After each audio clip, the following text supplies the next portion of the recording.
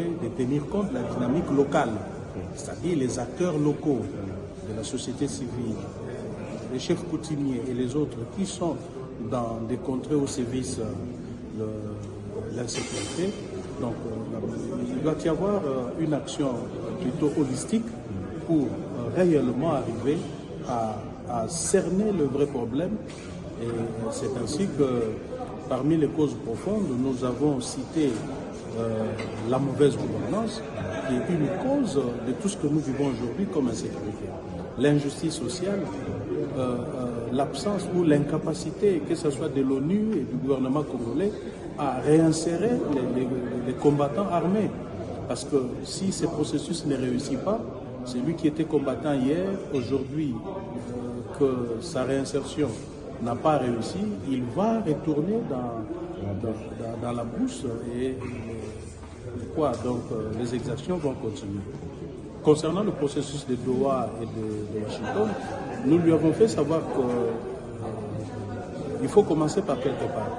Donc nous, Alliance pour les changements et Coalition de la gauche congolaise, nous avions suggéré un dialogue à double niveau. C'est-à-dire qu'un dialogue au niveau international qui devait concerner la République démocratique du Congo et le pays voisin impliqué dans tout ce qui se passe à l'est du pays. Et là, nous citons le Rwanda et l'Ouganda. Malgré que le pouvoir en place ne veut pas parler de l'Ouganda, mais nous estimons que l'Ouganda est totalement impliqué dans tout ce qui se passe à l'est du pays et qu'il doit y avoir un dialogue sincère entre Kinshasa et Kampala. Donc, cette politique de l'Autriche entre les deux pays ne va pas faciliter les choses. Et finalement, un dialogue interne, un dialogue inclusif. Nous avons martelé sur ça. La coalition d'opposition Lamuka, conduite par son président Martin Fayulu, était en entretien ce matin avec M.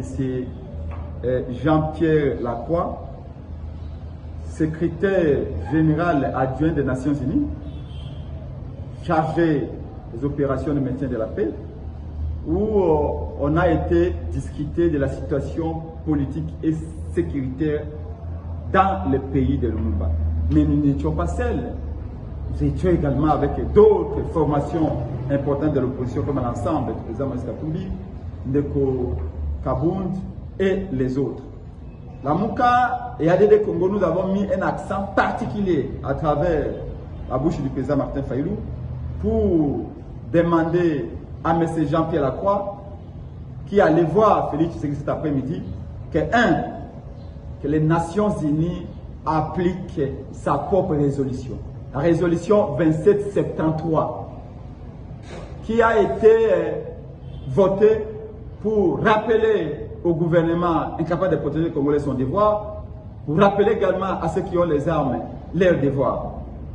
Mais nous avons également demandé à M. Jean-Pierre Lacroix que nous, la Mokanoa de Congo, la priorité c'est un cessez-le-feu immédiat. Il faut que les armes se taisent et soient mises à terre. Et en troisième position, nous avons démontré à M. Lacroix la nécessité et l'urgence d'un dialogue national inclusif où tous les enfants du Congo, fils et fils, nous allons nous parler, échanger. Ce dialogue inclusif que nous demandons n'a absolument rien à voir avec les monologues que Félix Tshisekedi préconise, tel qu'il a dit devant les comités centrales du MPR version Union Sacrée au palais de la culture. Nous avons insisté en quatrième position sur la fin de l'oppression politique. Nos frères, les Congolais des sang soient en exil aujourd'hui. Il faut que ça s'arrête. Il faut que ces Congolais puissent avoir les passeports qui rentrent.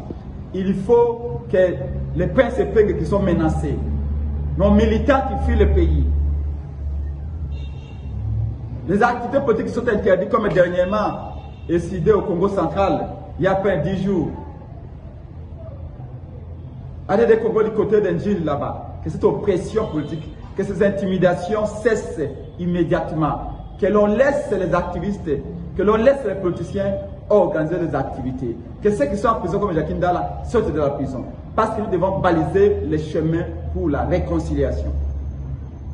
Mais pour finir, nous n'avons pas oublié aussi le fait qu'il y a plus de 7 millions de déplacés internes qui passent ces nuits à la belle étoile, sans eau, sans électricité, sans nourriture, sans protection. Et les pluies reviennent bientôt. Nous avons demandé à M. Lacroix de faire en sorte que les Nations Unies augmentent son aide à l'endroit de nos frères et sœurs qui sont là. Le gouvernement de M. Félix Tshisekedi les a oubliés. Sans compter que nous avions aussi démontré, dès l'entame de nos propos, que les Congolais n'accepteront pas les glissements. Il est important que le dialogue ait lieu, parce que, à part les questions de la fin de la guerre, les questions de cohésion et d'unité, il y a la question aussi des réformes électorales qui y est pendante. Parce que les Congolais, dans tout le pays, même à l'extérieur, aucun n'acceptera qu'il y ait glissement même pour une minute. Voilà le résumé de ce qu'a été l'échange que nous, la coalition Lamuka du Congo, avec le président Martin Fayulu et d'autres partis de l'opposition, on a eu ce matin au siège de la MONUSCO avec le M. Jean-Pierre Lacroix. Mbote Bandeko, bienvenue dans Tosha TV. Bandeko, tozali ko lancer campagne oyo tobengi na Tosha promotion.